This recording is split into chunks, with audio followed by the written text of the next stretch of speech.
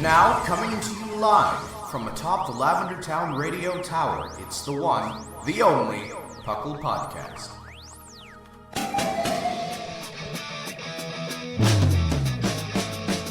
It's PUCL! PUCL! It's PUCL! PUCL! Pokémon Underground Champions League, oh yeah! PUCL! PUCL.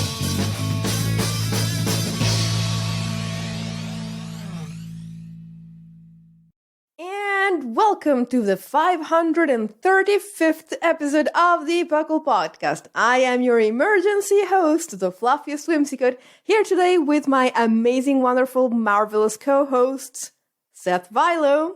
Hello, I am not the emergency one. And Lynian. Hi, I am even more emergency. You are indeed. So to make a long story short, Thatch has a dog. Dogs like to chew cables. Thatch has no internet. Yep. So It died mid-recording of this podcast. mid-recording. So the heavens were conspiring to not have Seth win the trivia sections. Yeah. We're gonna see if we can make that happen, but it might not. Who knows at this point? I can sandbag, it's fine. Oh, Thanks. wow. How cooperative of you. This wonderful friendship is so heartwarming to see. But anyway, sorry listeners for all that. Welcome to the PUCL Podcast, the show where we talk about literally everything Pokemon, but mainly the video game, because that's what we all like. We've been doing this for a terribly long amount of time. Thatch is usually the one doing it, but again, no internet, so you guys are gonna have to make do for this week. Sorry about that. As is our custom around these parts, I will ask my delightful co-hosts, what have you guys been up to lately? Well, my week has been rather interesting, because I've been on vacation this week, and I was going to be playing the crap out of Skyrim VR just all week, because I had nothing better to do. Until Sunday when my computer decided, you know what, this hard drive I have doesn't need to work. And it just completely melted the hard drive, essentially, and I had nothing. So yay! So I've been working on that all week. So the universe was really conspiring against you winning trivia, is what you're telling us. Exactly. And my brother and I tried everything to get into the darn thing, and nothing. So I've got a brand new hard drive, so I'm coming to you live from a quote-unquote new computer, folks. So, woo! Woohoo! That's been my week, is trying to fix that, as well as I, in 2 weeks now, officially get to visit Lynian here, because Oh.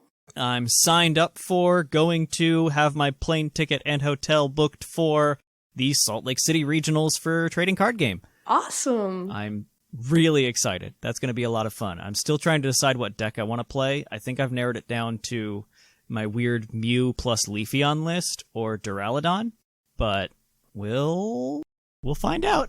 Well, the Mew plus Leafeon does sound a lot cuter. I have no idea what the cards do, but it does sound a lot cuter. I'm just gonna say that. It's probably what I'm going with. I have way more experience with it. It'll be fun to watch you just be Adaman with Mew. It'll be good. Yep. Show up in the full outfit.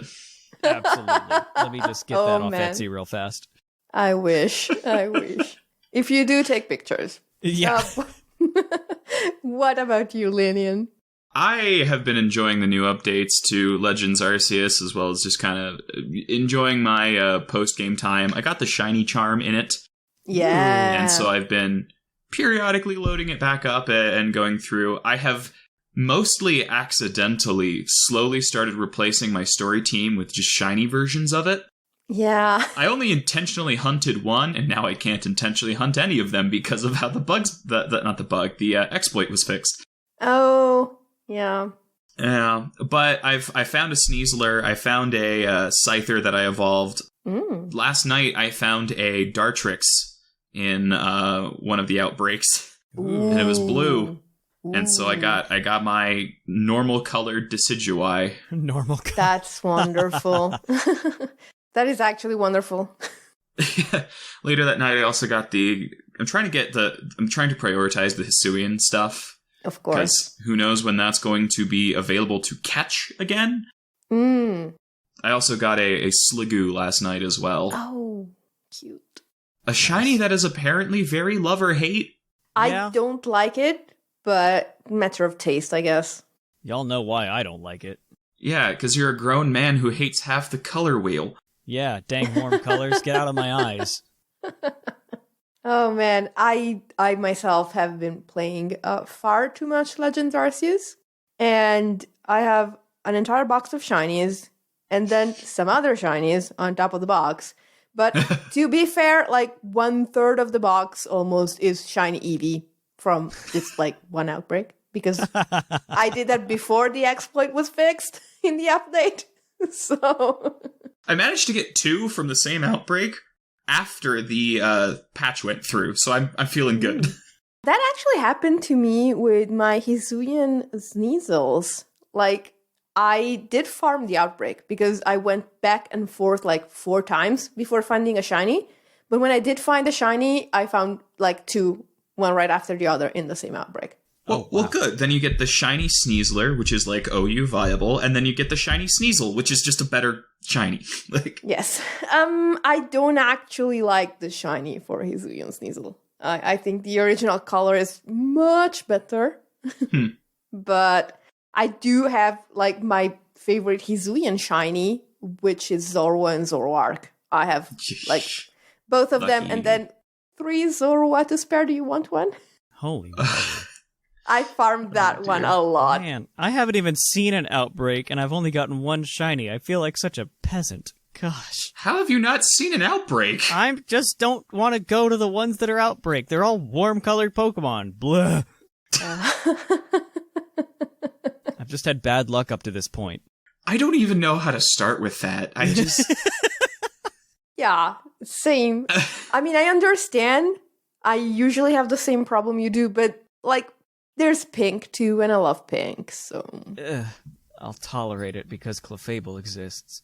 I do not get this. It's okay. So our relationship with colors is deep and profound and complicated, but I feel like maybe it can be a topic for another time. That could be a whole topic to itself. We should do a whole topic, absolutely. Like, Well, I mean, Pokemon did teach me that red and yellow makes orange, so... Yeah. yes. Oh, gosh, we're never gonna let that die. No, we won't. And rightly so. It was absolutely ridiculous. Oh man, I guess we've gone on long enough with this intro. I think there is a fair bit of news to get to. I know for sure, actually, because we've recorded the news segment before Thatch's dog decided this episode did not have to happen. So we're gonna move right on over to the news with a bit of that epic music.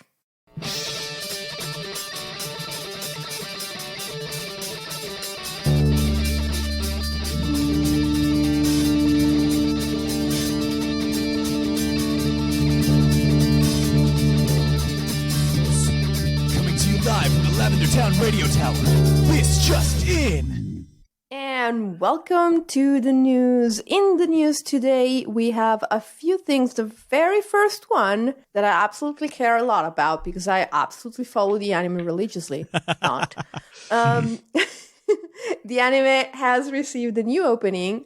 And what's very interesting is that it features Paul and Greninja and a few other returning characters. Uh-huh. And Thatch was saying the first time we recorded this that this actually means something this day in the anime because the openings used to be a bit more random. But now, if you see someone in the opening, they are almost certainly going to be in the show at some point in the near future. So, if you're excited for Greninja to come back, Blech. cheer! Yuck. They'll run it with a mystery gift, and it'll be the last addition to Swish before it goes. Stop it. No.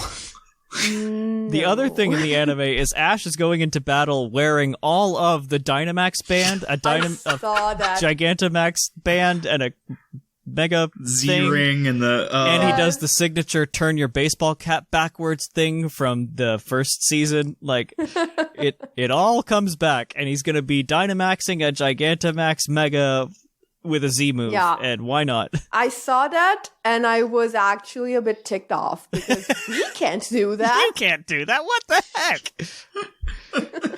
I just can't wait for Max Gigavolt Havoc. That's going to be... From Mega Pikachu. From a Mega Pikachu. Stop it. Mega Ash Pikachu. Mega Ash hat. The keystone is the hat. Mega keystone is the hat. Pikachu. Yes. Yes. Oh, that's just gonna be so sorry that he let us be in charge. But anyway. So, Lynian. Legends Arceus news. There's going to be there is a serial code Arceus Adventure for 30 Ultra Balls, 30 Gigaton Balls, and 30 Jet Balls. You can also get 5 Grit Pebbles, Rare Candy, and Star Pieces with the code THX4Y0URHELP, and that is completely arcane and undecodable code, so just don't bother with it. Yes, Arceus Adventure, and thanks for your help. One of those things doesn't match the other, but yep. I need to type those in. That's 90 Pokeballs. Do you know how much Tumblestone that is? Yeah. The big thing that has me drooling is, of all things, the Star Pieces, because Buddy's broke. Yep. I'm broke too. Austin John keeps saying making money in this game is so easy. I'm like, really, where? dude? Well, if you go out and like catch 30 different things, like kind of specific on 30 and different, you can make an obscene amount of money. But the thing is, if you're trying to do just like quick little jaunts, it will drain your cash very fast. I think my problem is that I have terrible aim. So for every like 10 Pokemon that I catch, I use like 30 Pokeballs instead of like 12. That would do it. So it doesn't really add up. Yeah, that also helps.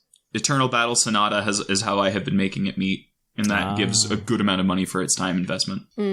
The other news bit, we missed it from last week, but there will be a Hisui arc of the anime where it's just like a separate kind of thing to its own. So that's going to be really exciting in my opinion. That's going to be released on YouTube, if I remember correctly. That sounds right. Something like that, yes. So kind of like the last few like side series they've been doing. Mm-hmm. And of course, the image preview has like the shadow of a Hisui and Zorua because everyone's obsessed with it. But going back to the now apparently dying game of Sword and Shield, as much as they don't want it to be dying, the signups for the next international challenge are now still live for a few days when this episode releases. So if you want that shiny Galarian Zapdos, you need to sign up pretty soon because the matches take place next weekend. Yay! Get your shiny Zapdos. He's yellow. Another mystery gift news. Oak's letter is available via mystery gift. Fun fact, if you're shiny hunting, you can run from the battle, walk out of the area, and then run back into it. And it's faster than manually resetting. It is not, however, faster than just doing it in PLA, where you can shiny hunt a shaman as well. It's the one legendary or mythical that isn't locked is that shaman. Interesting. Well, I wish I had known that before I caught it. Yep, Dang. no, I was right there with you, and then nope, Joe has confirmed it. It's not locked. Fascinating. The very first one can't be shiny, but if you knock it out or do anything and then come back, every other time it rolls as normal. Oh, so it was intended to be locked. They just didn't lock it well. Yes. Yes. Oopsie whoopsie. Oh, dang it. All right. In the very much not dying game of Pokemon Unite, we've got... What? No. Here I am. I'm covering it because I'm the League of Legends guy, apparently. So anyway, Duraludon is releasing sometime this month. I don't think we know too many of its details, as I think we just saw the picture of it from Pokemon Presents like a week ago. We saw a little bit, like it can do a meteor attack kind of thing. Oh, yeah. And probably one of its moves is going to be laser focus because that's what's on that wanted poster. So, ooh. So, yeah, Duraludon's coming, folks. So get ready for the Zippo lighter Pokemon. Yeah. Or the inhaler Pokemon, one of the two. Yeah. Speaking of Pokemon being released in side games, The Alolan starters and a couple other friends are now available in Pokemon Go. So go catch your Rowlets, your Popplios, your Littens, your Piggybacks. Yeah. I need to get that. And I think Gumshoes and Yungoos are also out. Oh, also, speaking of Pokemon Go, there's going to be a Sentry Community Day this weekend with both base Sentry and Alolan Sentry appearing in the wild and being all over the place and being shiny. And some people are salty about it being Sentry. I'm okay with it. I don't have a shiny Sentry of either type. So, yeah, I probably won't play for like 3 hours, but I might play for like 20 minutes. There you go. So, it's okay. That was all the news that we had for you today. So, we're gonna see if we can beat Destiny and actually get Seth to cross the line in our PUCL Poke Quiz. Woo! So, we're gonna be right back after the rules.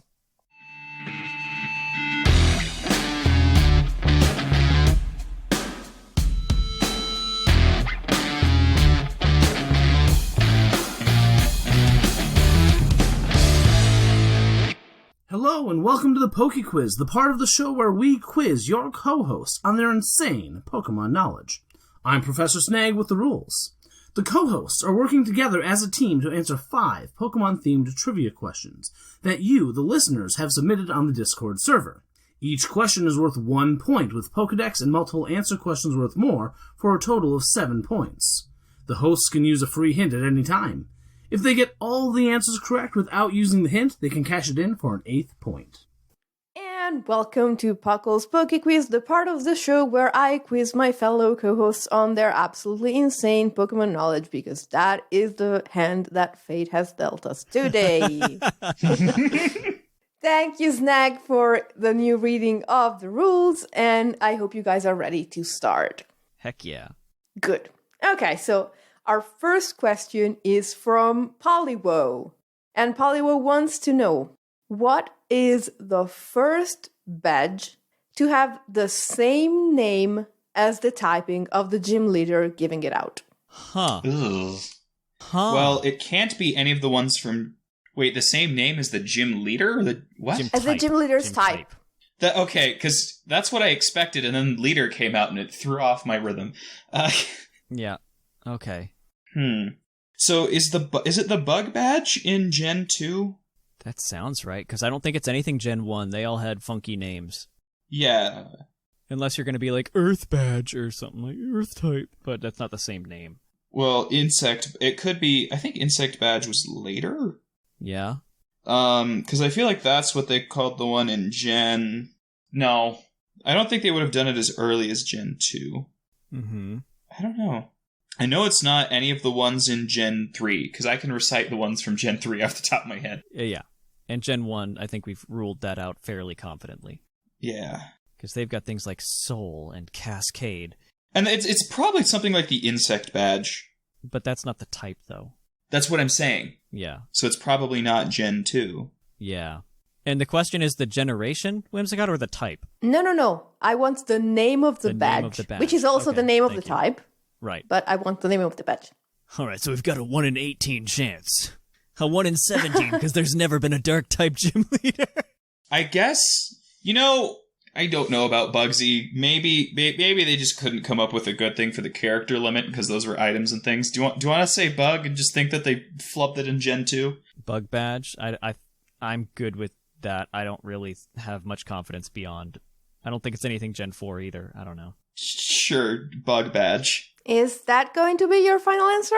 Bug Badge, final answer. Bug badge for something. So, I have some bad news for you. Oh. Bugsy's no. badge is called the Hive badge. Yeah. However, the very first gym leader to give out a badge that matches the name of its typing is Viola in Gen 6. So, Bug badge is correct. It's correct!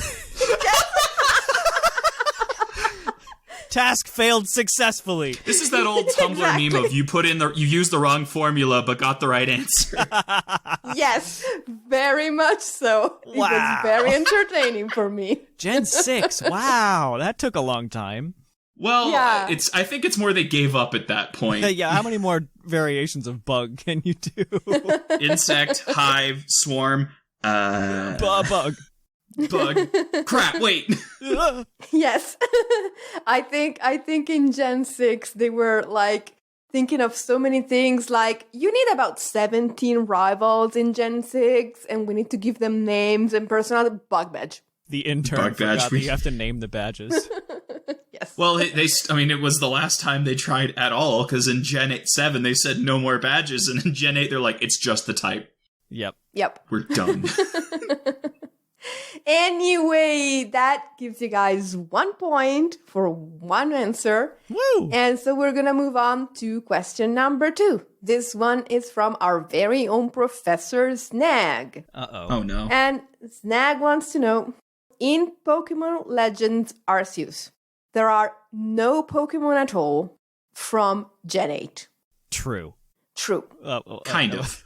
I mean, there's no Pokemon from Gen 8's original release. That is what Correct. the question states. Now, what other generation apart from Gen 8 had the least Pokemon included in Pokemon Legends Arceus? Ah. So it's not Gen 4. Yeah. Thank you, No, Professor. probably not. And it's not Gen 5, because we've got the Basculin, Braviary, and Lilligant lines. Yeah, that's a pretty good amount. Gen 6 had 2 lines, but that's 5 Pokemon, which is a decent number. I think Gen 7 only has 3, because that would just be the Rowlet, Dartrix, and Decidueye. I can't think of anything else. Nothing comes to mind, no. It wouldn't be 2, I don't think, because, I mean, there are only 2 that I can think of from 2. I can think of more than 3 Pokemon from Gen 2 off the top of my head. Oh, yeah, Octillery. Okay, that brings it up to 4. Yeah, so not 2, not 1, obviously. So not 1, 2, not 4, not 5. What about 3? Not 6. So we're kind of between 7 and 3? 7 and 3. Can you think of 4 Pokemon from Gen 3 that are available in the game? Nosepass, Chimecho. Not the Pseudo Legends. Ooh, huh. Could it be Taylor. 3? Wurmple line. Oh, Wurmple, and then all of the Wurmple branches immediately puts it over. So, yeah, it's got to be Gen 7 then. Okay, Gen 7 is correct. Good job remembering Wurmple, guys. That was close. The question almost had you. Yes, very close. Beautifred saved us. Yes. I was Bugene. I had Beauticia for the first one and then Bugene for my second playthrough. Anyway, yeah, the second one is this like weird line is actually Gen 6 because it only has Sylveon, the Goomy line, and the Bergmite line. Ah, yep. Yep. I forgot about Sylveon, but that puts it to 6. I forgot about Goomy. What's wrong with me? Oh, Goomy, my baby. Anyway, so you guys are 2 for 2, so fate is starting to look up. Seth only needs 1 point to cross the line. Oh no, my internet's going out. Oh no. The dog ate my entire computer. Oh no. The next question is the Pokédex entry question. And we're gonna want the one from Foxy. Its Legends Arceus Pokédex entry states, though they are usually of a violent disposition, when I gave one a glass bead it had been eyeing covetously, it suddenly became quite docile. Who's that Pokemon? What? What game was this from? Legends Arceus. They're usually quite violent. When I gave one a glass bead, it became docile. And Grumpig isn't in this game. A toddler? I didn't know the average 4-year-old is a Pokemon. A glass bead? I'm trying to think, because that seems weirdly specific. Not Happiny, that has an item, but it's not violent. Teddy Ursa? No, they're cuddly. They're cute and cuddly. They're not violent. No, they scream and then have their dad come beat me up. Exactly. It's Paris. It was Paris. But Teddy Ursa's thing is usually about like the honey on its paws. Yeah. Huh. What a weird entry. What a weird entry. Very weird. It's almost like we needed some hard questions. Yeah. I'm gonna say I don't know. Do you want to just guess a Pokemon? Yeah, is the answer to that question. What do we want to guess that's even remotely close? Murkrow likes shiny things, maybe? Ooh, yeah, that's decent. Maybe. Yeah, sure, I'm good with Murkrow as a guess. Sure. Okay. It's Heart Gold and Soul Silver Gotcha. Pokédex entry Oh, dang it. state. As it digs to expand its nest, it habitually digs up gems it then hoards in its nest. Wait, no, Gabite, one of the two. Gabite, I think, is what it is. No, it's Heart Gold Soul Silver. What am I thinking? Wait, no, that could be in there. No. Yeah, that could be in there. Yeah, it could be in there. It wouldn't have a Heart Gold Soul Silver entry, though, right? It would. No, it would. It might have been copied from that, but it would still have one from it. I remember Gabite being big into gems and hoarding things like a dragon. If you think that is a good answer, let's do it. Yeah, because I think I remember something about Sableye raiding Gabite nests for gems. I am fairly confident. I like the idea of Gabite being fascinated by a small glass bead. Yeah, right? And it's not Gibble, because those are all like, I have a big mouth! And it's not Garchomp, because those are like, I'm gonna destroy the entire planet and fly at Mach 12. So, okay, but can you imagine Garchomp being fascinated by a glass bead, though? Right. Right? As fascinating as that image is, could I please get an answer? Yes, Gabite is our answer. Gabite is correct, and I am very impressed that you remember that, Seth. It's a Good Sableye job. trivia fact. Of course I remember it. Right, of course, tangentially, but yes. Well, good job. That puts you at 3 points, which means you're a winner, baby. Woo! Let's see how many points we can have Lynian carry over into next round. Exactly. See, sandbagging wasn't a good idea, Lynian. Now, the next question is your multiple choice question. I'm going to pick the one from Bowling for Bear. Okay. This question has 4 answers. I'm going to give you 1 point for... Every answer after the second? No, I'm going to give you 1 point for the first answer, 2 points for the second and third answer, and a third point if you give me all 4. Okay, that works.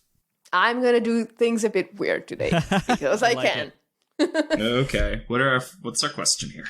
In Pokemon Legends Arceus, there are 10 Pokemon commemorated as statues at the Temple of Sinnoh for having been loyal to the ancient hero. They are basically the Ride and Frenzied Pokemon in the main stories. They are the 10 Pokemon who decided to protect human in the old rhyme stuff, blah, blah, blah. What types are not represented among these Pokemon? Oh. Okay. So let's go over... I'm going to have to write these down because I will not be able to track them in my head. Yeah. Which types are there, first of all? There are Cleaver, Weirdeer, and then on the second one, it is Ursaluna and Lilligant. The third row would be Basculegion and Arcanine. Oh yeah, Arcanine. That one almost threw me. Then area 4, you have Sneasler and Electrode, which I wrote as Electroder. Stupid.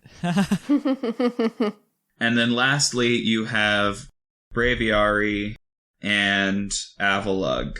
Yeah, that's a lot of rocks. 3 rocks, yes. So, rock, first answer? Yeah, so one type that's not on that list is Dragon. Yes, Dragon is not on the list. Okay, you're locking that in, I imagine. Yep. Okay, Dragon is correct, and it nets you 1 point. And if I'm correct, there's no Steel type on that list either, right? Correct. So that's answer 2. Still is indeed correct. Okay. There is a Poison. Yeah. Is there a Dark type? No, nor Fairy. Nor Fairy. Yeah, Dark and Fairy. Dark and Fairy, we're locking them in. Okay, Dark gives you your second point, and Fairy gives you your third and final point for this Yeet. question. It was Dragon and then all of the newly added types. Yeah. Yep. That's curious, right? Well, see, Hisui is very old. There's nothing there for them. They forgot about those types. But actually, though. But actually, exactly. but actually, though. All right. So the final question, as always, is a base stat question. And this one comes from our friend, arch nemesis and dark counterpart, G. McP. What ground type Pokemon has the lowest base attack stat? Ooh. Huh. Ground type with the lowest attack. So what are some... Like, all the ground types that aren't, like, legends and stuff are all physical boys? Primarily physical attackers, yeah. Shellos is not a ground type. I will interject to remind you guys that you haven't used your hint. If you get this question correct, you can cash it in, but you can also use it. That's true. Okay, but first let's exhaust our mind space before we worry too much. Special ground types. Teeny tiny special ground types. Well, it's not special. Nincada comes to mind. That one probably has a high attack. Okay. One that comes to mind is Sandygast. No, it's actually fairly high. Really? Okay. Well, it would be it's like around 65, I want to say, because it doesn't actually get that much higher when it evolves, and you have to use Bulldoze and stuff for the longest time because you don't get any special moves raising it. Okay. Gen 7 is a fun time. Yeah. Is Wooper pure water? I think Wooper is pure water. Okay. I could be wrong. What about really tanky Pokemon that don't have any attack stats even when they evolve? Yeah. Like, Onix is low, I know. I think it's like 70. 50, maybe? 50. 55? Maybe, yeah, something along those lines. Geodude's is high.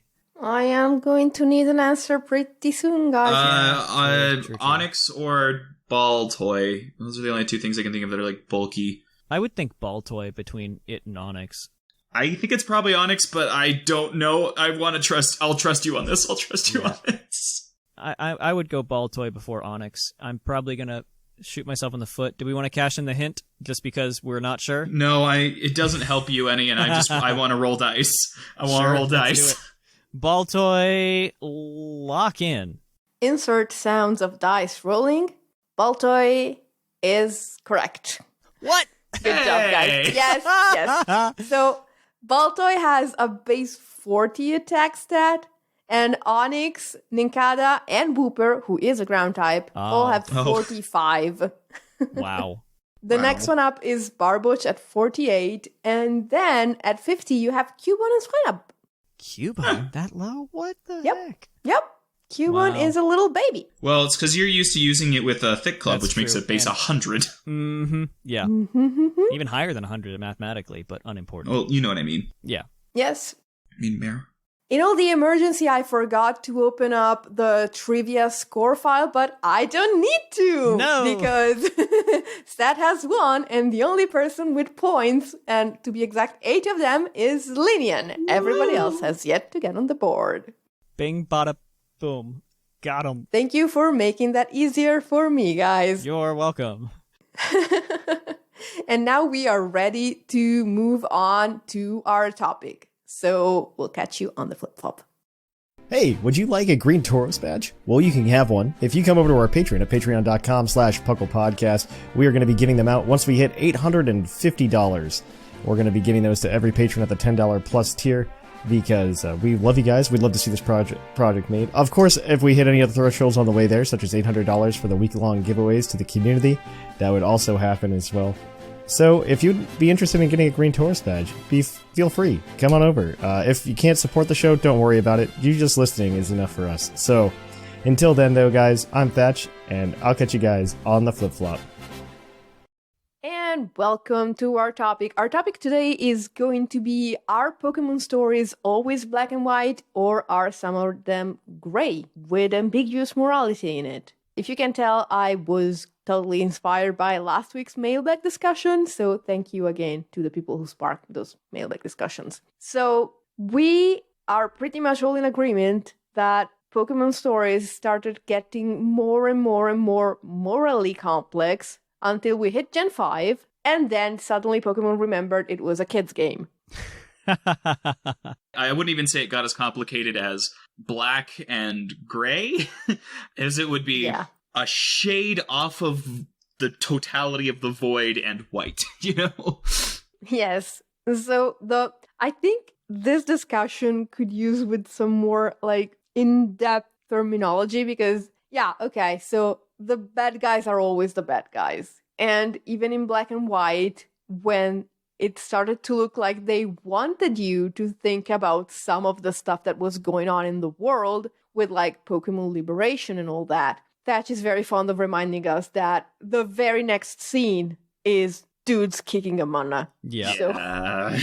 So they wanted you to think for maybe 35 seconds. And then for all those who were not like distracted from the thinking by how hot Anne was, they had that scene to make it clear that, you know, Team Plasma are really bad guys. We're still the baddies.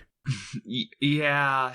And it's not like, okay, let's throw this out as a blanket statement. Animal fighting in the real world is bad and bad. There's no defense of it. However, yes. This is not the real world, and the existence of things like psychic types that explicitly, and like Pokemon that communicate, these bloodthirsty monsters all genuinely appear to like it. Yeah, very good to point out. Yeah, we do have to say, we are playing a game in a world that has at least one moral thing that is markedly different from our own. But aside from that, like, you have to, I think, it's weird because, I think you have to move past that. But once you move past that, you remove the one, like, big bit of thinking. The one decent argument they could have made. Exactly. What I wanted to talk about is the villains. Yeah. And how they're always like the bad guys, but sometimes they don't feel as much like the bad guys. And it varies in the way they do that, in my opinion. Yeah. I think the one who cuts the most sympathetic picture to me out of all of them is weirdly Lusamine in Normal Sun and Moon. I was thinking the same exact thing. Okay, I'd like to hear this. I'm curious. Because ultimately, she is basically someone who is very much out of the control of her own actions. Mm-mm. She is explicitly driven she is not sensible or in her right mind. And when she is freed from, it's not really the control, but the after effects of being around Neoligo, she's like, wow, I was a monster. I didn't really like any of that. And all of her family talks explicitly about how different she was before. Like, both Lily and Gladion are like, before this, she was totally fine. This happened. She became obsessed, not really out of her own will. It's implied to be like a form of the poison. Yeah. And then when she's better, she's herself again. It's not, oh, I see the error of my ways. It's, wow, now I have control of my body again. It also is interesting with the Lusamine plot specifically, how it's implied she got into really talking about Ultra Beasts and all that kind of nonsense, with the husband being taken away by the Ultra Beasts and taken to an island and gone. Which so it didn't actually happen. Like, he just left, I think. Well, no, that's the thing. Ultra confirms it did, because he shows back up at Aether Paradise with no memory of everyone, thinks it's his first time there. Oh, wait, I totally missed this part. No, he's a faller. He has memory loss and everything, and he's taken by them and just falls through the Ultra Portal. I thought he was just, okay, I'm on this island now. I'm never going back to my family for no reason at all. No, he does not remember it, and Lusamine has this whole moment of, what does this mean? Because I do. It's twisted. Yeah, and it really, it unlocks Lusamine's plot as like psychological trauma to kind of find her husband that became more. Yeah, and then she had a chance encounter with Neoligo, which completely warped her already distraught mentality. Yep. Wow. So it's a remarkably complex plot. It is very complex, and the interesting part is the other villain, Guzma, is also a very sympathetic character in the end. He just wanted someone to tell him that he's a good boy. Exactly. Like, he's your classic, like, sympathetic bully from a childhood story. Yeah. So, Gen 7 is actually the one with the most sympathetic villains, even though you could argue that the things they do up to a certain point in the story are certainly, like, evil. significantly less sympathetic. It makes them kind of a redeemable villain instead of Giovanni, who is bad for the sake of being bad because we only have 2 flavors in the 90s. Because he's a greedy mafia guy. Yeah. He shouldn't be complex. Yeah. Exactly. But it gives them other things, like they have to have a story and they can be redeemed and their actions can be justified. Giovanni is just like, hey, I'm a mob boss and I don't run my gym well. Like, what? And I think it's very interesting that in both Luzmin and Guzma's case, you meet their family. Yeah. And meeting their family helps make them more relatable and sympathetic. Whereas the one other time you meet a villain's family is, oh, look at this disadapted kid who is kind of evil because his father abandoned him. Oh, his father is Giovanni. That makes sense. Yeah. Oh, well, I can think of a couple other times we've met the family of villains. Cyrus's dad is in Platinum, and he's like, turns out my son was a sociopath and I could never help him. And it's like, oh no. Which one was the one with the golf club? Was that Cyrus or was that... No, that was Guzma. Okay, yeah. Yeah. And also, I guess, another family you see gets an N. Sort of, kind of, yeah. That's a whole other topic we'll get to. Yep. Yeah. The other thing I can think of is there's, you meet Chairman Rose's brother, Peony. Oh, yeah. Yes. That's right. They're related. But only in the DLC, and... I count it. It's all one game now. But still, like, I mean, only in Platinum do you meet Cyrus's dad. Yeah.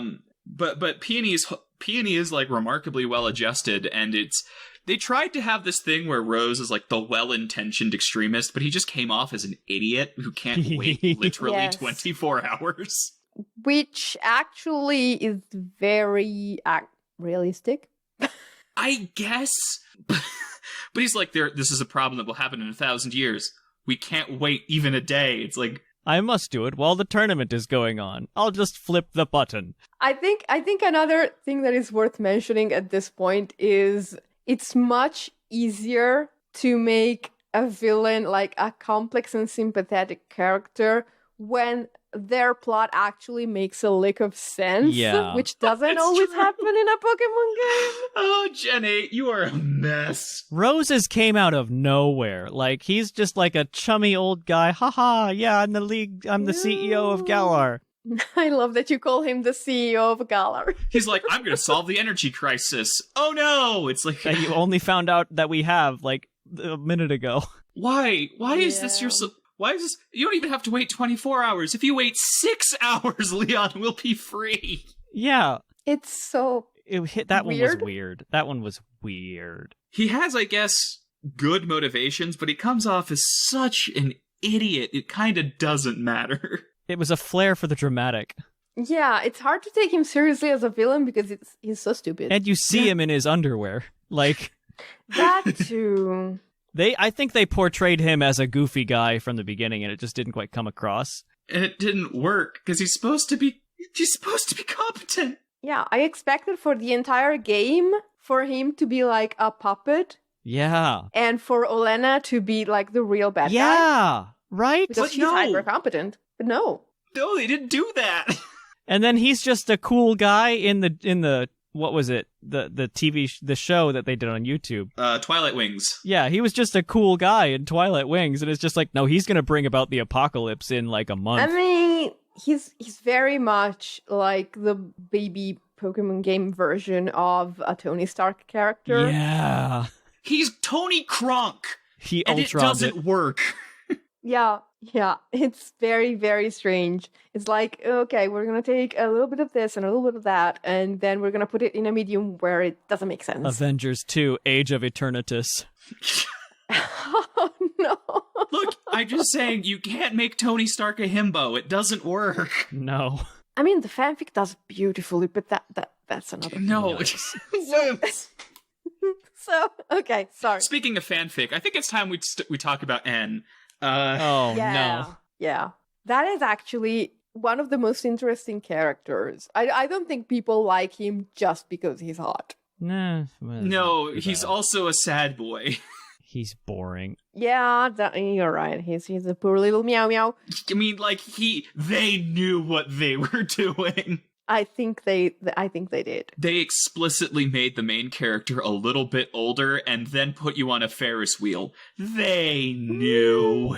Yeah, that's a fair thing to say. But again, it just means they wanted you to connect with this character. They wanted you to feel for N and question whether or not he was the villain. And ultimately, the answer is he isn't the villain because Getsus is a child-abusing monster who also wants to own every weapon so that he becomes the man with the biggest stick. Yeah. Which is just cartoonishly Which evil. is why he uses a cane, you see. He's already got one stick. Oh, gosh.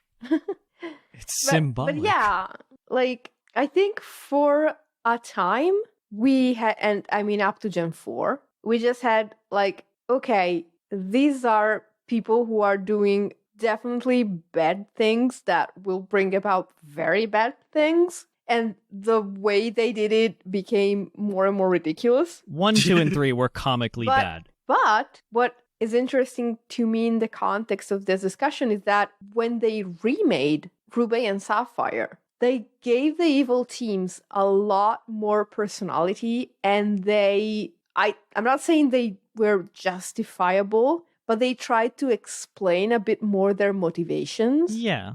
It was less, oh, we have done a terrible accident on the one thing that would be beaten by the water cycle, and they were like, no, these are ancient gods. They will fundamentally change things, only to realize they could not control the degree. I don't think they're complex. I wouldn't say they're justifiable. I would say they're better than just being idiots who unsealed a can. Yeah. Yeah. It's like they tried to, again, make you connect a little bit more with the characters. Absolutely, yeah. And they made them more fleshed out. Yeah, which is why Sword and Shield, like, really sticks out like a sore thumb here. Yeah. Because it just doesn't work. Because not only is the plot stupid, the characters are stupid, and the one character that seemed like she could be mildly interesting is just a glorified secretary in the end. Yeah, and again, in Sword and Shield, you're not even the driving part of the plot. You're just there. No, nothing. The thing that defines the plot of Sword and Shield is when all of the Dynamax things outbreak and you go into the next route and Leon has defeated them and tells you to go get a badge. Yep. I Exactly. think it's very weird because, in a way, like, you are the protagonist of Sword and Shield just because the ending for Hop's character is not the ending of a typical video game character in Pokemon. Yeah. But otherwise, Hop should be the protagonist. Hop, Bede have plot lines. Leon has a plot line. You're just the silent for the mute ride. Avenger. You are the carrier of the box art legendary. No, you're the carrier of the one who knows the type chart. Okay, fair. Fair. But honestly, I think my favorite villain is probably Cyrus. Okay. Really? And it's not because he's complex. It's because he is so simple that he becomes narratively way more effective. Okay. Giovanni's whole thing is just kind of vaguely defined at best. He's just kind of nebulously the leader of bad guys, which is fine. It's just not, it doesn't define a narrative that well. Gen 2 has its own problems. We've talked about the other ones. I think they're more or less do fine. Cyrus is an uncaring genius force of nature who just doesn't connect or care about anyone. Yeah. And in that, he becomes the most terrifying person in the series. He just doesn't care. He wants you dead, but not in this active, hateful, cartoonish way. In this distressingly passive way, you're just not worth his time. He doesn't want you. He doesn't want you dead. He just wants the entire thing reset. That's his motivation. Wants everything gone and him at the top. Yeah, and he's chilling. He doesn't want you to exist. I guess if you see him this way, you're right. It's very hard to see him this way after seeing him chibified in PDSP.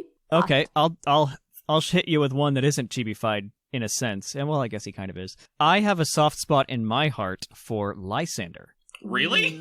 Yeah, because I think a little bit of his can be, made slightly more complex, and he brings about, the opening up of the weapon that he's been working on this entire time behind the scenes, creating his own society of people in a sense, which is really weird to think about. Like, I think plotline-wise and villain-wise, I've got a soft spot for Lysander and his whole story, honestly. I don't know. Lysander is like a weird cross between a cult leader and an Instagram influencer. Yeah, exactly. Which kind of are one and the same, in a sense. Yes, didn't want to say that, but yes. I don't... There's nothing... The thing is, nothing about what he's saying rings true to me, and I don't... Yeah. I don't get why he's like, I have seen this world. It is imperfect. And it's like, okay, you're going to be a twist villain, aren't you? It's not a twist, but not you are. Not even a twist. No. It's that pro-ZD bit, where it's like, my machinations lay undetected for years. When they do try to give him some emotional conflict, like he's crying about the fact that in the new world Pokemon won't exist and he loves Pokemon, he's not believable. It's like, then don't do it. You are in full control of this. Exactly, but he's kind of twisted by his own delusion of what a perfect world is. Maybe he already worked it, and that's why we don't have Pokemon today. Ah! Like, whereas Cyrus has some kind of apparent internal coherency. Yeah, fair. I can't find that in Lysander. Lysander's a lunatic that's already lost grip with reality. Cyrus has a grip on what his reality will be. But I think at this point, we should mention the newest and hottest villain of the series. Hey, spoilers for PLA. I was going to bring this up too. Yes. Oh, yeah. If you don't, skip to the end of the topic if you don't want this to be spoiled. I'm excited to be spoiled. I haven't fought him yet, but I know. Okay, so okay, it's fair. So, Valo, which I'm finally going to pronounce correctly now that I know it's Latin, not Italian. Valo is a weird character because, again, they made you love him from the start. And he knows factually that he is the reason. It makes everything way more twisted when you realize he knows the entire time he is why you are trapped there. And the whole time he's being buddy because you're getting things done. Oh. Yeah. It's terribly... Oh. It's really bad. Did not know that. All right. Good to know. Okay, sorry, Seth. Yeah. I am here for the ride. I don't care. It's fine. So Volo announces at the top of Spear Pillar, Volo announces that he ripped the rift. He found he got the dread plate from Giratina. He wanted to meet Arceus because his curiosity knows no bounds, including safety. So he rent the sky open with the dread plate and Giratina's power because he wanted to meet Arceus. Because this sent the the other parts of the creation trio into chaos, which meant Arceus had to pull you in from the future to save it. Understood. He knows That's all remarkable. of this. He knows all of this and has known it from the beginning. And the first time he met you, and they're like, yeah, he fell from the sky, and then you start finding plates, he immediately realizes that you are something that he can use. He will let you collect all the plates. He will take them all from you, and he will meet God because he is the chosen one. I love it, honestly. So the whole time he's giving you items and giving you tips, he's explicitly training his lackey to go and get all of the stuff. It feels very mystery dungeon plotline. Not even. He's like a misery sort of thing where he's like obsessed with Arceus, but Arceus has chosen you. And so he like uses you at like to vicariously do the things that Arceus wants you to do to then like cut you down and substitute himself for you at the very last time. Makes sense. Brilliant. It's amazing. It's fantastic. It's a great plot. And he's real hot until he takes the clothes off and reveals that hairstyle. Well, it's just Arceus. He's upset. He's a fanboy for Arceus to the point of doing his hair that way. No, I know. It just looks real dumb. Why does he know that's what Arceus' hair looks like? Who knows? That's a question for another day. Giratina told him, his BFF. Giratina told him?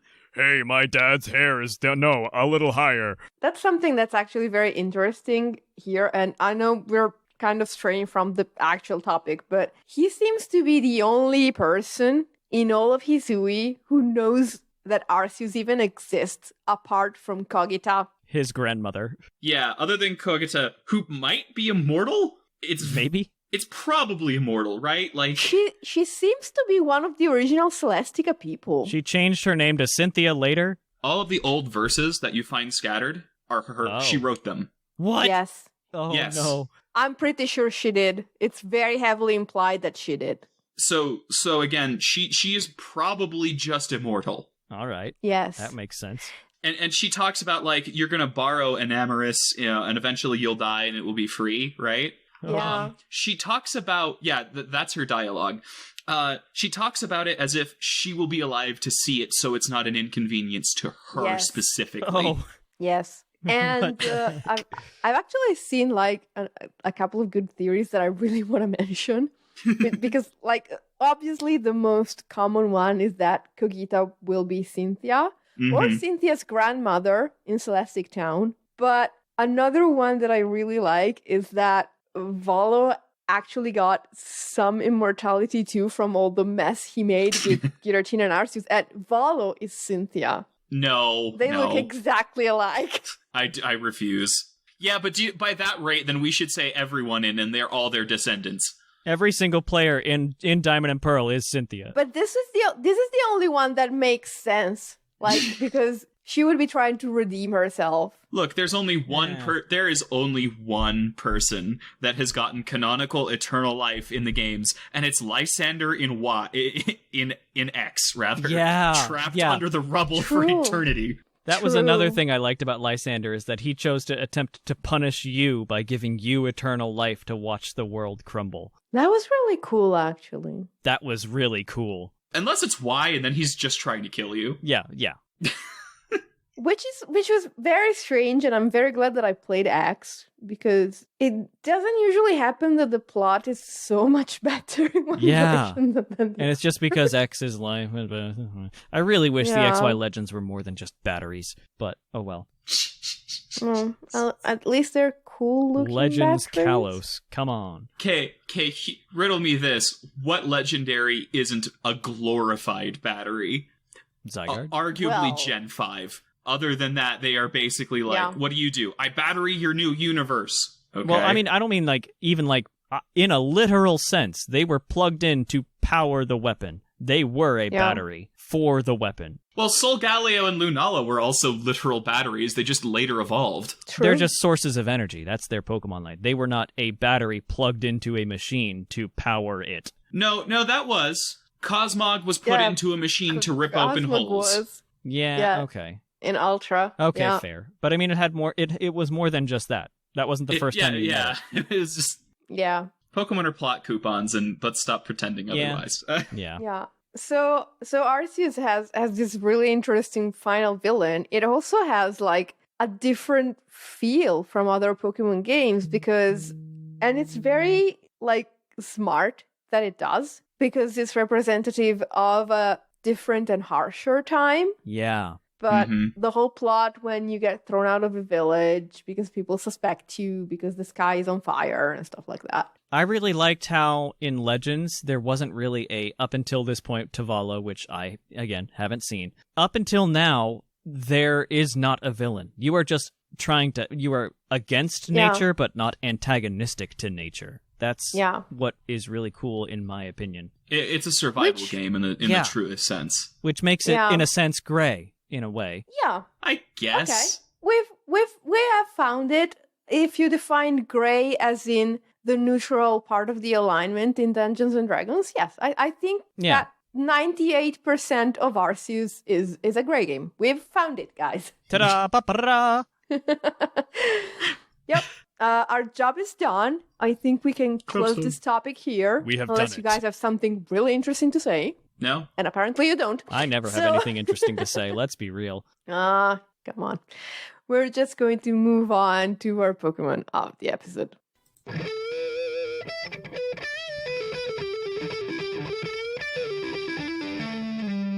Poke of the episode. And welcome to the Pokemon of the episode, which today is Pokedex number 350, Milotic, the Tender Pokemon. Its Pokemon Diamond entry reads, when people bicker, it is said to rise from the depths of lakes to becalm violent hearts. Ooh, pretty. Why not just calm? Why the Bacalm? I don't know. It must be a very old lake.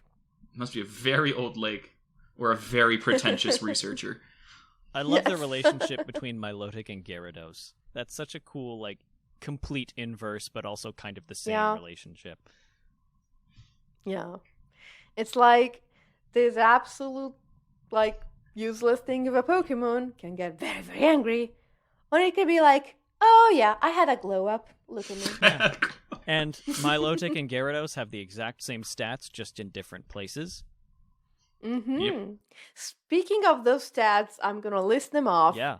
So it's a very solid defensive Pokemon, which actually works relatively well as a special attacker in certain circumstances. Like, a good tank, I would say. Yeah. It has a base HP of 95, base attack of 60, but it doesn't need it, a base defense of 79, a special attack of 100, a special defense of 125, and a speed of 81. And you might say, that defense isn't that great. Well, the ability that Milotic has, Marvel Scale, means that you can, like, buster up that defense with a status. So this thing becomes almost unkillable, and I just love it. I love it. I love its plot in the manga. It's possibly my favorite bit of the manga is the Milotic plot. We should note that while some Milotic have Marvel Scale, the one in this team does not. Yeah. Oh, well, the other ability is also great. So, yeah, let's talk about the team. It's a BDSPOU team. And let's start from the beautiful star of the team, Milotic, holding leftovers with the ability Competitive, because we hate Intimidate. It has max HP, max special defense, 4 speed with a calm nature, and it's running Scald, Ice Beam, Recover, and Mirror Coat, which is a rather interesting set in which Milotic is trying to burn things with Scald, possibly take care of a few Gliscor with that Ice Beam, stay alive with Recover, and take things by surprise with a very sneaky Mirror Coat. It's also great defog deterrent, too, because of the competitive. True. Oh man, I haven't played the U in so long I forgot defog was a thing. Yeah. How sad. Yeah, that's the primary reason. It wants to come in on things that like to defog. Like, I'm reading some of the notes that we have, and like Scizor likes to defog a lot. Gliscor and the Lodi twins. So you get a boost from that just for existing. Yeah. And if you catch the Lati twins defogging, then you just kill them with Ice Beam. Precisely. And because you're a big specialty tank thing, they're not going to be able to kill you back. And a special tank goes along very well with a physically defensive Mon, and ours is the adorable Clefable. She's also holding leftovers. It has the ability Unaware, because the Caesar is gonna try to Swords Dance, and Clefable is gonna say, nah. It has a bold nature, max HP, max defense, 4 special attack. It's running Moonblast, Flamethrower because she really hates that Scizor, Wish, and Aromatherapy to do a little bit of clericking on the rest of the team. Yep. As a reminder, you can't run soft-boiled on Clefable and BDSP, so woo! Yep. You're stuck with Wish. Yep. But I think you'll be fine. Yeah. Alrighty. And with that, let's move to, speaking of regrettable things for Seth, let's talk about 2 Pokemon that are warm-colored. We have Scizor with a Life Orb. The ability is Technician with 252 attack and 252 speed.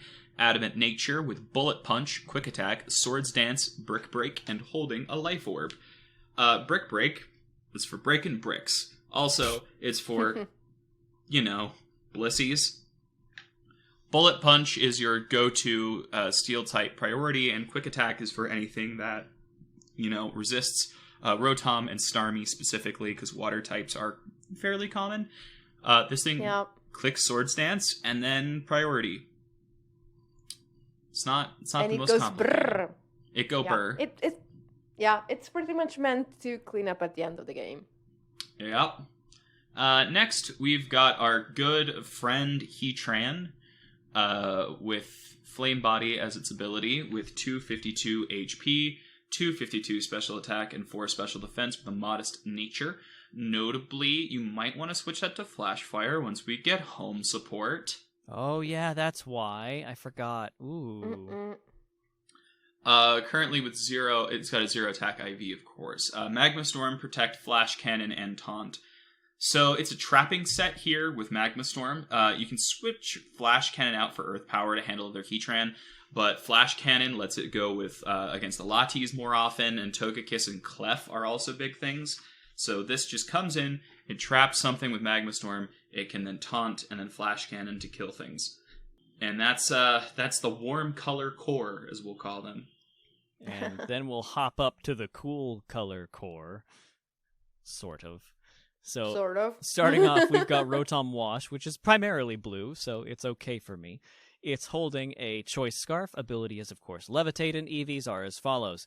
252 special attack, 4 special defense, and 252 speed with a timid nature. Just simple max. IVs, of course, 0 attack, and the moveset is Volt Switch, Hydro Pump, Will-O-Wisp, and Trick. Pretty good standard Scarf Rotom to hinder the team a bit with burns every now and again, get out fast, hit hard quick, trick something that wants to come in like a Blissey and take away its item. So, yeah, pretty good Rotom. Pretty standard. Lovely. Next up, we've got one of my favorites, as is Rotom, but whatever. Gliscor, holding a Toxic Orb. Ability as Poison Heal, and EVs are 252 HP, which is odd, 4 attack, and 252 special defense with a sassy nature. Max special defense Gliscor here. And moveset is Stealth Rock, U-Turn, Defog, and Roost. It is a essentially non-attacking Gliscor meant to rock up, control hazards completely, and U-turn out to what you actually want to be using. Another option you can do is tinker with the EVs a little bit to make it a Poison Heal number, drop it to 244 instead of 252. That's more optimal for Poison Heal. Yeah. So, yep, that's the only recommendation for good old Gliscor, and I only know that because I'm low-key obsessed. And he's purple, so haha, cool color. Seth, what's your favorite Pokemon? Sableye, purple. I was expecting you to say Poison Heal, as was our... yeah, Poison Heal. That's the other one, yeah. Poison Heal is, in fact, my favorite Pokemon. Oh, fantastic. Well, this team is possibly, maybe going to be distributed if Thatch gets his internet fixed in time. No promises. I was like, Sorry. why are you hedging? And then you finished the sentence and went, Yep. Yep. Hopefully things work out before the end of the week, but I will not promise you 100% anything because I'm not the one doing it. So It isn't her. It's Thatch's dog ate his homework. Yep. But with that profound lack of commitment, Thatch's dog did, in fact, literally eat his own work. But with that sparkling lack of commitment, I think it is time for us to move on to our last and beautiful segment, our mailbag. It's mail time! It's time for the mailbag! Send in your emails!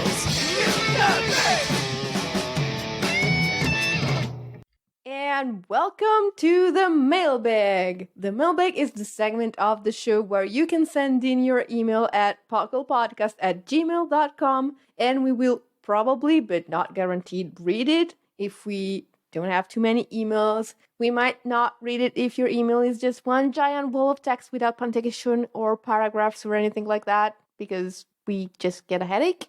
But as always, this segment is gloriously brought to us by our very fictional sponsor, Green Taurus, the energy drink that gives you hooves. Hooves, cow feet. Okay. Yeet. Our first email this week, obviously the question was, what did you think of the Pokemon Direct? But this first one is from our friend Bam. And Bam writes, "Hey, Poke Peeps.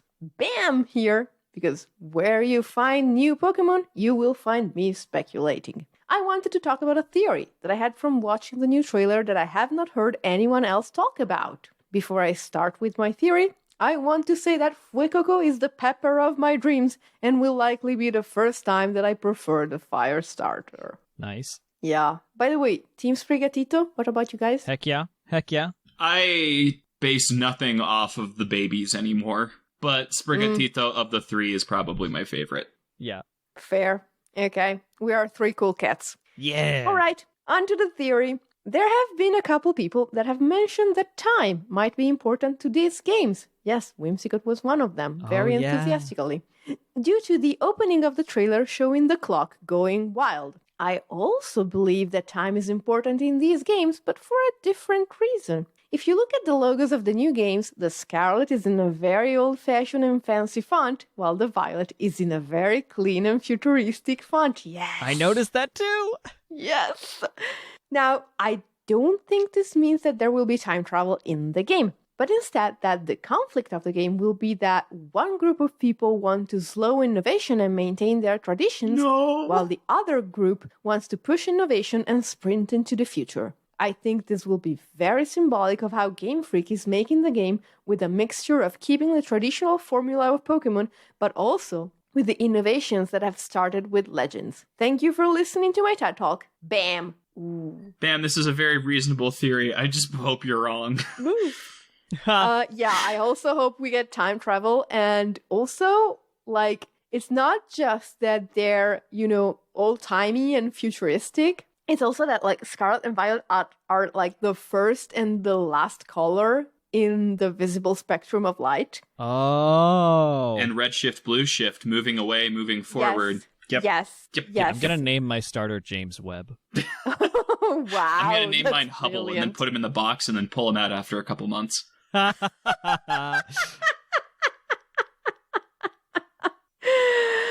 Anyway, yeah, I really hope we get some kind of like future/time travel/space related stuff, because that's always my favorite in any sort of media. But yeah, what Bam says is like super realistic and super interesting too. So super crack theory here. I don't want to debate the merits of this. This is just me, spitballing. They didn't confirm a region. They have the two trainers. The two sets of trainers are depending on your version. Like they have different starting outfits, among other things. What if it's not one region? It's like one is in the equivalent of Hisui and one's in the equivalent of Sinnoh. Oh my gosh. No. They're not gonna do it, but like it'd be fun.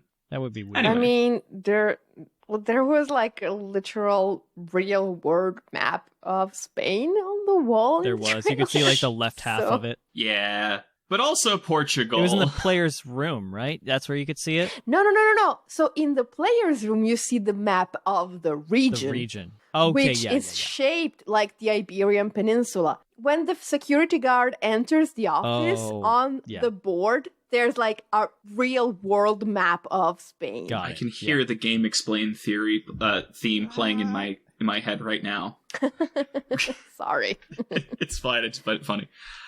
All right. Okay. I'll take the next email here. We've got it from DJ Moonbeam. He writes, "Heyo, Puckle crew. First time sending in a question response. Hope y'all are doing well. I guess you can call me DJ Moonbeam. Been listening to the podcast since I started working at Rainforest Delivery Company last year to pass the time. Don't work there anymore, but I still listen whenever I play games at night for ambiance. Getting to the topic, when the direct happened, and honestly, I'm really excited for Gen 9. I don't want to repeat what's already been said, and I felt like I haven't felt this level of excitement in a long time. Not saying it didn't feel anything towards the past few games. Swish was okay, the DLC helped it a lot, and Legends Arceus was a great step in a new direction. We're not even going to talk about BDSP. But seeing how polished the game world looks so far, and what definitely seems to be the Legends engine, and seeing a Spanish country get some love along with the starters, Fuecoco is my boy, understandable. But seeing and a bot being revamped with the Pokemon title theme playing, it hit me right in the childhood. If this game plays anything like Legends or adds to it, which I feel it absolutely will, Pokemon just got its third wind. I've said this before, TPCI and Game Freak usually feed nostalgia with nostalgia, but that's gotten old. I don't need an 18th new iteration of Charizard, but the feeling of playing Pokemon back in something like Gen 3 Heart Gold Soul Silver, where I can feel immersed with childlike wonderment, that's everything I need. And Gen 9 really reignites that for me with the potential it's shown, like minute or two of footage. I've got to say, I don't want to waste y'all's time, so in essence, if Gen 9 is promising a truly open-world game with a fresh new way to catch and battle Pokemon, this soft reboot 2.0 has my support. Hope to hear about all y'all's thoughts about this and how it makes y'all feel. Hope all of you have a great week. Until next time, DJ Moonbeam. Okay, so I think I have to be the annoying person who disappoints people here. Oh, no. Yeah, I was going to do it if you weren't. But, okay, thank you. The website specifically and explicitly states that in this game you will have to battle Pokemon in order to catch them. Yep. We are not continuing the Legends Arceus thing. This is going back to traditional mechanics. Honestly, if it gets us the better battle system, it's a sacrifice I'm willing to make. Yeah, same. Nabbit. Because, yeah, so the catch mechanics in Arceus were a ton of fun, but I think they only work for a game that is based on catching. Yep. Because if you are able to catch all of those Pokemon that way in a traditional Pokemon game, you incur even more in the same problem that I think someone else was mentioning in a mailbag a couple of weeks ago. I'm not sure. Might be someone was saying something that someone was saying in a... It might have just been something that I've been saying. No, it might have been something in a YouTube video I was watching, but this person was saying that the last few Pokemon games, they haven't at all felt connected to the Pokemon on their team. Fair. Because it seems like the game wants them to have a giant rotating roster of Pokemon. I think you said that a couple times, Lynian, separate from any show. So, yeah. No, I don't. Actually, I haven't been that. But I thought you were going to say that, and this was one of my biggest complaints with Arceus, is the mechanics that you normally do, and then the mechanics that are your tests and challenges are fairly divorced. Most of the... Unless you're doing specifically the Lord fights... Everything you're doing to, like, check your progress is battling, which is one thing, if you're playing the game as it's intended, you're doing very little of. Fair. Yes. Yeah. True. So, that's a very valid point. So I think that if you're going to have a game that's much more battle-focused for, like, the narrative, like gyms or an equivalent kind of thing, you really do need the normal battle style. But this still looks like you've got the open-world exploration and Pokemon encountering, which I think were the more important parts of Legends Arceus to me. Yeah, I agree. Because there's also the thing that it's very frustrating in Legends Arceus when you see something you want and it just, like, flies away. Mm-hmm. So if the game worked exactly like Legends Arceus, it would mean that... I'm going to get a bit technical here. But the way the data works in Legends Arceus is it saves the spawns when you save the game.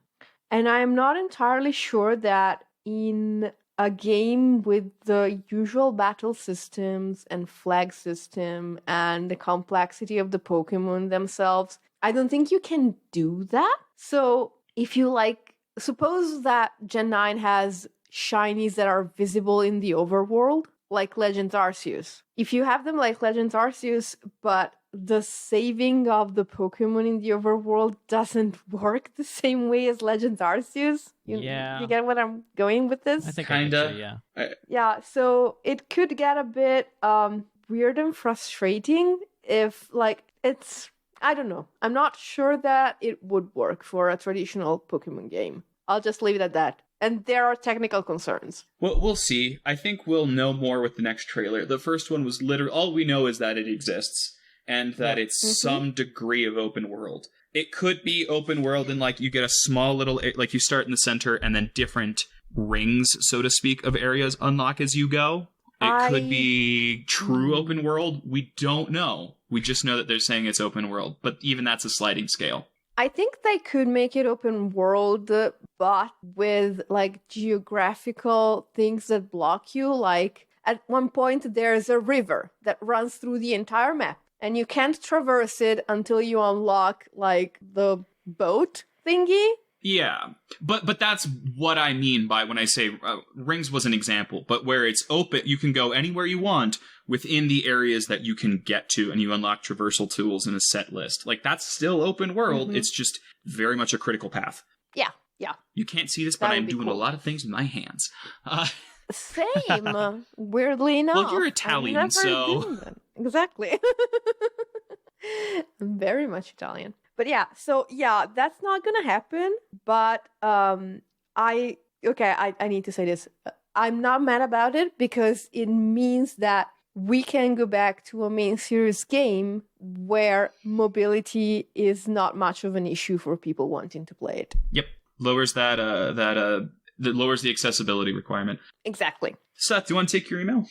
Yeah, sounds good to me. We've got an email from the last true lover of Reuniclus. The last true lover of Reuniclus?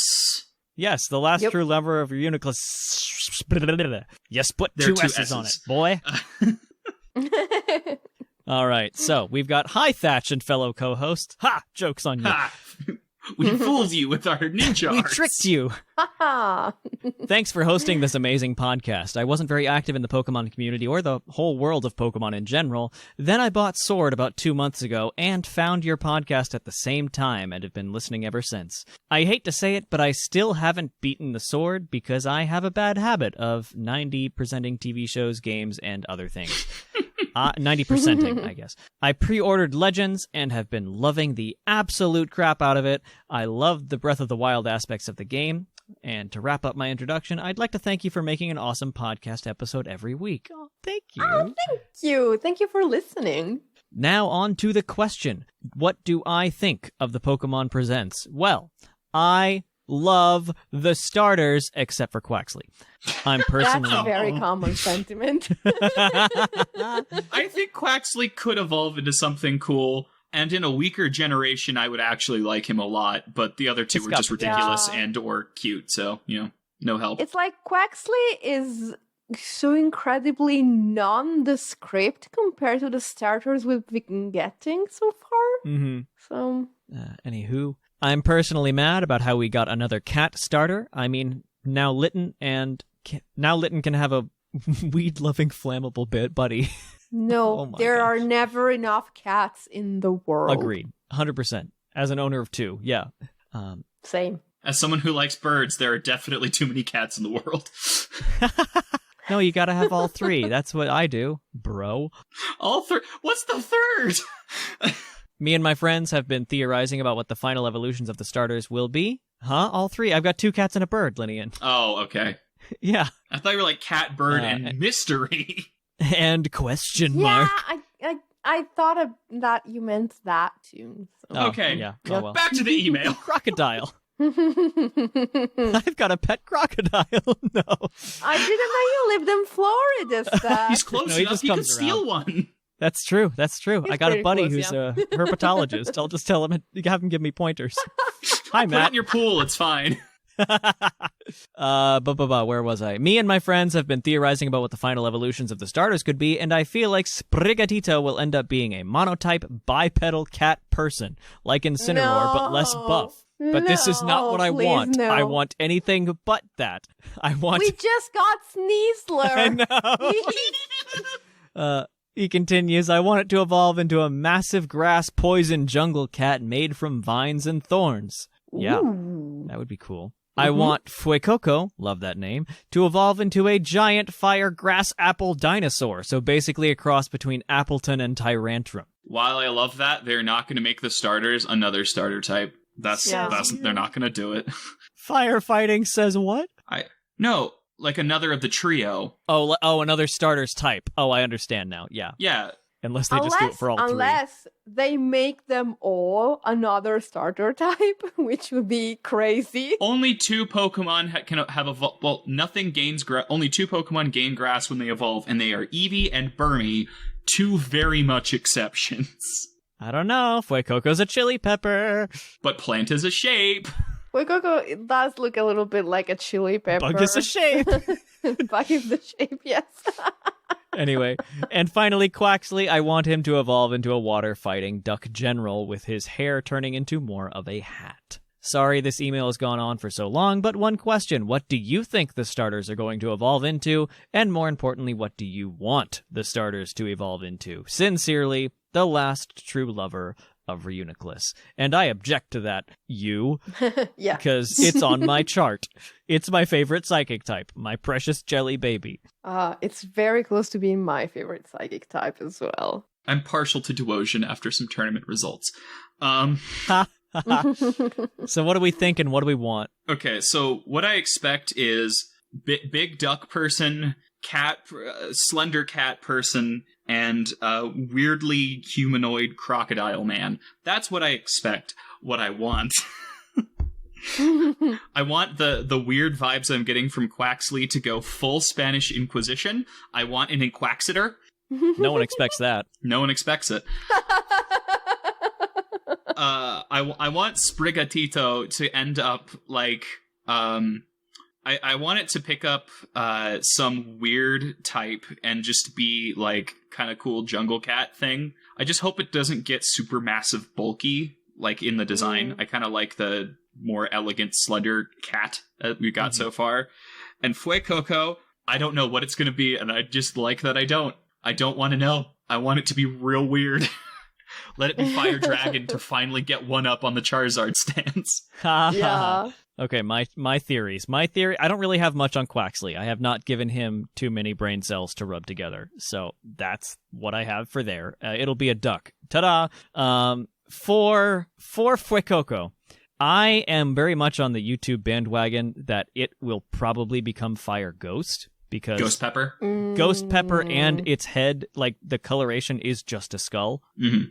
Okay. So that'd be cool. And Lynian, you're going to kick me for this, but it's a popular theory that I like. And the fire starters have kind of, sort of, ish been based on the Chinese zodiac animals. Mm-hmm.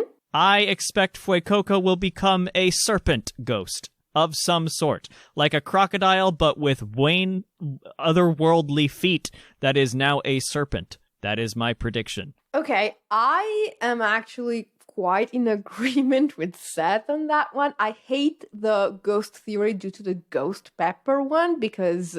Yeah, I don't think that part is very strong. That's just what you call it in English. So, yeah. But the skull thing instead is very, very, like, that one is convincing me. Yeah. And in a similar topic, the grass have always kind of been based on some kind of, up until, like, I guess, Extinct kind of... animal. Yeah, until Gen 8, sort of, but there might be No, Gen extinct 7, apes. the owl thing, no.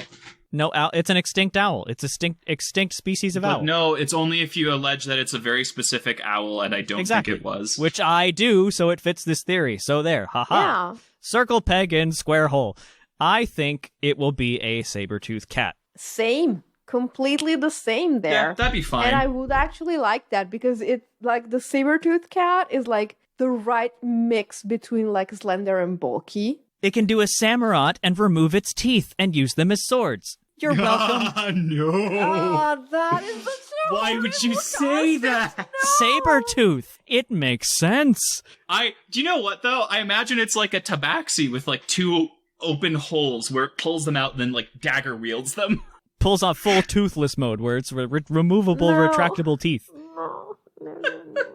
No.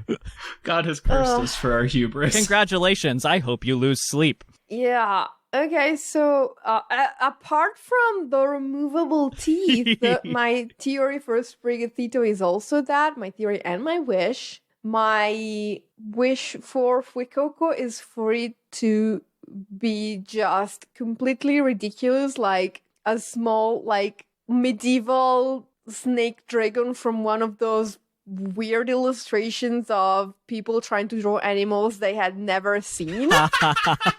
Yes, perfect. Yes. And for Quaxley, honestly, since I'm really hoping we don't get Donald Duck, I think we're just gonna get Swanna but standing What is up, that? and that's gonna be terrible. What is that thing? There was something. I played a trivia game recently. I think it was with you, Lynian. I don't remember why, but it said something about, like, how in ancient medieval times people thought crocodile tears had, like, crazy mythological properties. I think that was on the date you were on, which raises a lot of questions as to why you assumed I was there. I don't. No, it wasn't. No, it wasn't that. It was something else. And but it was a while ago too. But like people tried to. No, it was a drawfee. It was a drawfee, and the crocodiles just sit and cry on the edge for all the people they have to eat, or something like that. It's gonna be a crying snake crocodile with no arms that are ghost arms. That's very interesting because we have a saying in Italian, which is crocodile tears. Yep. I don't know if you have it as well. No, yeah, that's an English saying as well. Okay. That's from ancient medieval thought. So it doesn't mean the same thing, like someone who's pretending to be sorry, crying. but it Yes. actually isn't. Okay, cool. And that's all based on European medieval people completely missing the point on what crocodiles are. So, ghost crocodile. It'll have fake tears, please. I really want him to be like a super weird, squiggly serpent with teeth. Yes. Like Dragapult, where part of its arms fade into nothing. That would be so cool. Yes. Okay, so we need to move on because I think we have a winner for the Green Taurus badge. Lynian removed that thing from the Discord chat right now. No. Our last email. You guys are very lucky that this is an audio podcast and you can't see that. But our last email is going to be from Olive. And she says, "Hi, Puckle Crew. Olive here. I've been thinking a lot about the Pokémon Presents, particularly the new generation. And I was excited to talk about it in the Discord after it dropped. I like Sprigatito and Fuecoco a lot. Though I'm not a fan of Quaxly, the hair is just bad." I just feel so bad for Quaxly. Yeah, I was speculating with friends what their final evolutions could be and what their secondary types might be. Oh, I'd love to see Sprigatito turn into a grass Fairymon. That sounds familiar. But my friends and I all reluctantly agree that it'll probably end up being a bipedal Pokemon. It just has that kind of face, I guess. We know exactly what you mean by that kind of face. Yes. I think Fuecoco will evolve to be a fire dragon type, or at least I hope so. Fire rock could be cool too. People in the Discord were thinking it'd lose its limbs and become a snake. Yeah. But I think that's just hopeful thinking regarding the fire type starter plus Chinese zodiac thing. There it is. I didn't even read this email ahead of time, I promise. There are some people who just write in emails and they're saying like the exact thing that we were talking about in the show like 5 or 20 minutes before. I love it. I refuse to believe... Look, I just refuse to believe that Typhlosion is a mouse. And if it's, but Cyndaquil's a mouse, then why are you looking at one thing's final evolution and one thing's start? I'm just saying... Because it fits the narrative. I'm forcing it in. Fair. Then you're just making things fit, and I do not approve.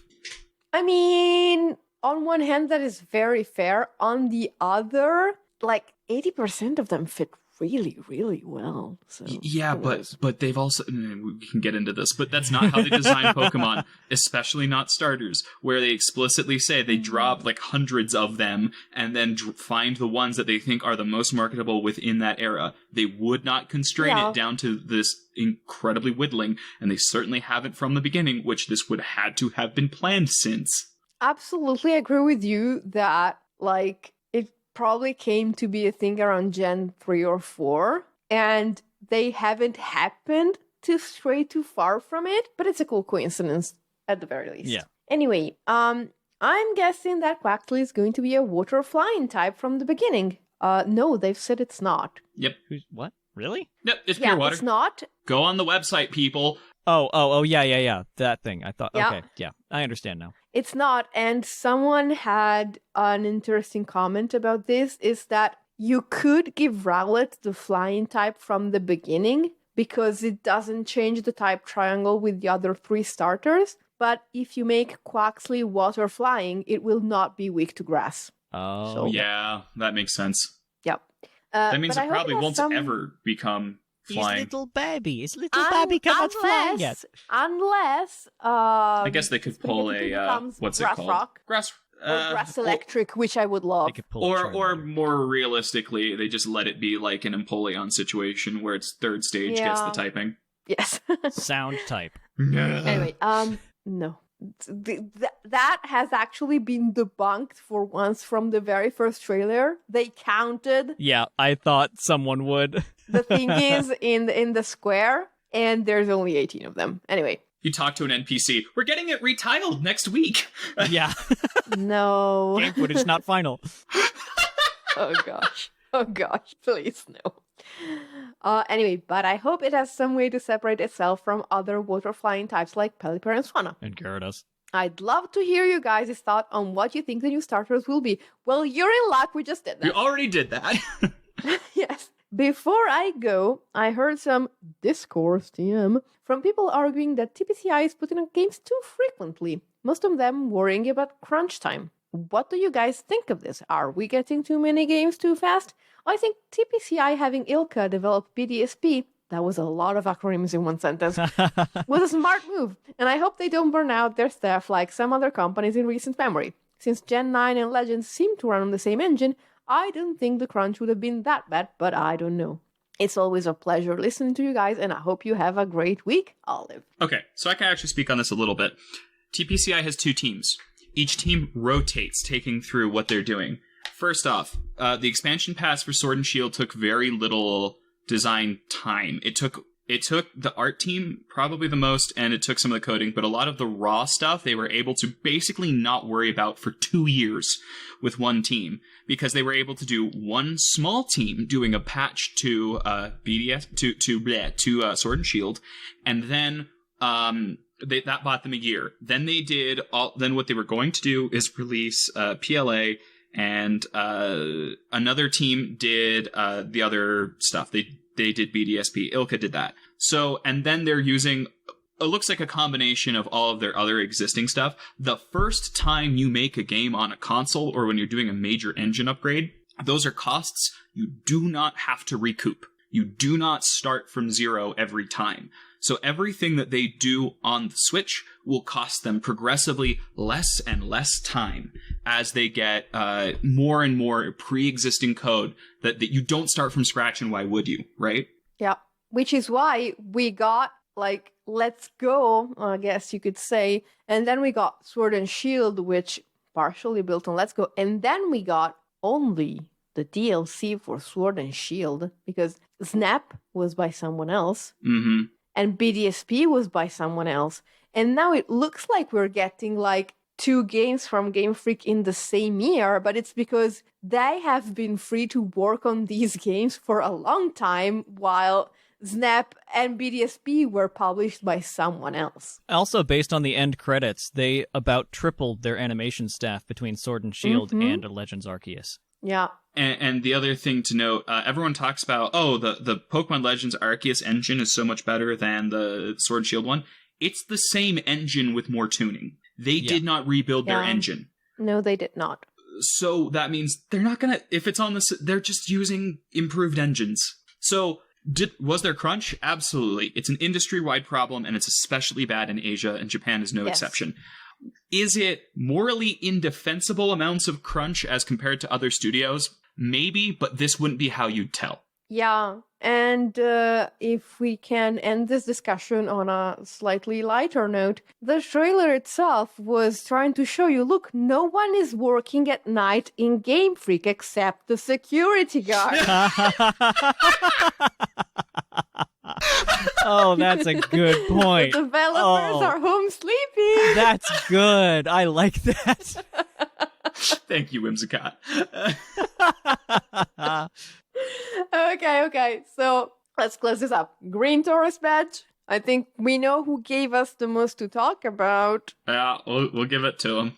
Okay, so, okay, so who would that? DJ Moonbeam. There we go. Welcome, and you are now the winner of the Green Taurus badge. If you're not already on the Discord, please come to the Discord, follow the link in the show notes, join our community, and come claim your Green Taurus badge. Now, you should all do what I said and come to the Discord and hang out with us and do a lot of battles, trades, tournaments, chats, discussions, meme posting every Wednesday, unfortunately, and whatever else you want to do. We are a nice, welcoming community, I like to think, so you will also be very welcome there. If you want some more of our social media, we are on Tumblr, on Instagram, on Facebook, and most importantly, on Twitter. There's usually people streaming on Twitch, where we are the PUCL Podcast, and the streams and some other things end up on YouTube. So you can check those out if you'd like some video content from us.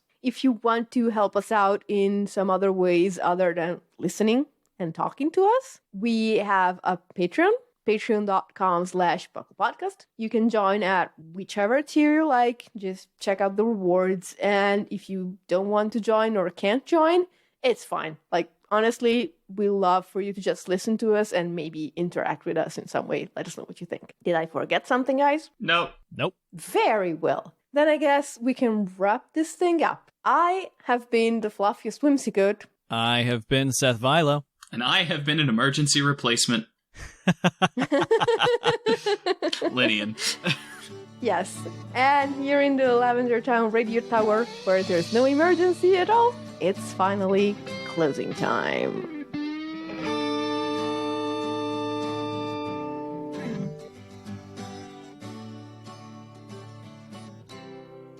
It's closing time.